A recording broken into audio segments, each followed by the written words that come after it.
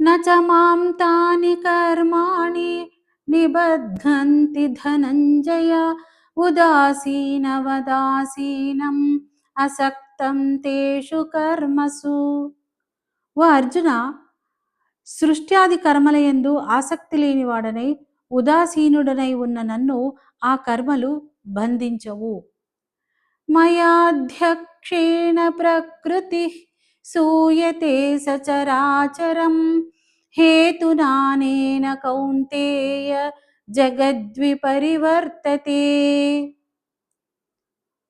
ఓ అర్జున, అధిష్టాతనైన నా అధ్యక్షతన ప్రకృతి ఈ చరాచర జగత్తును సృష్టించుచున్నది. ఈ కారణం వలననే సంసార చక్ర పరిభ్రమిస్తుంది. అవజానంతి మాం మూఢా మానుషీం తనుమాశ్రితం పరం భావమజానంతో మమ భూతమహేశ్వరం. నా పరమభావము తెలియని మూర్ఖులు సర్వప్రాణులకు మహేశ్వరుడనైన నన్ను లోక కళ్యాణముకై అవతారమెత్తిన కారణంగా సామాన్య మానవునిగా భావించి తక్కువగా ఊహింతురు.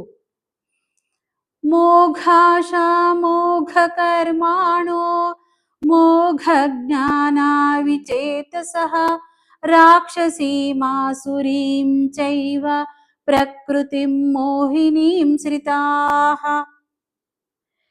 వ్యర్థములైన ఆశలచే, కర్మలచే, విపరీత జ్ఞానంచే విక్షిప్తములైన మనస్సు గల అజ్ఞానులు రాక్షసి, ఆసురి, మోహిని స్వభావాలను ఆశ్రయింతురు. మహాత్మానస్తు మాం పార్థ దైవీం ప్రకృతిమాశ్రితాః భజంత్యనన్యమనసో జ్ఞాత్వా భూతాదిమవ్యయం.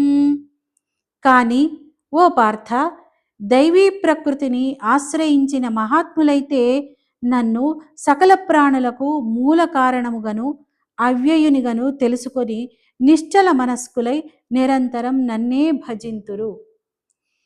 సతతం కీర్తయంతో మాం యతంతశ్చ దృఢవ్రతాః నమస్యంతశ్చ మాం భక్త్యా నిత్యయుక్తా ఉపాసతే.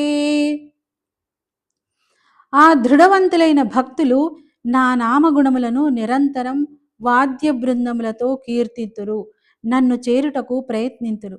పదే పదే నాకు ప్రణమిల్లుదురు. సర్వదా నా ధ్యానమునందే నిమగ్నులయ్యెదరు. అమితమైన భక్తితో నన్ను ఉపాసించెదరు.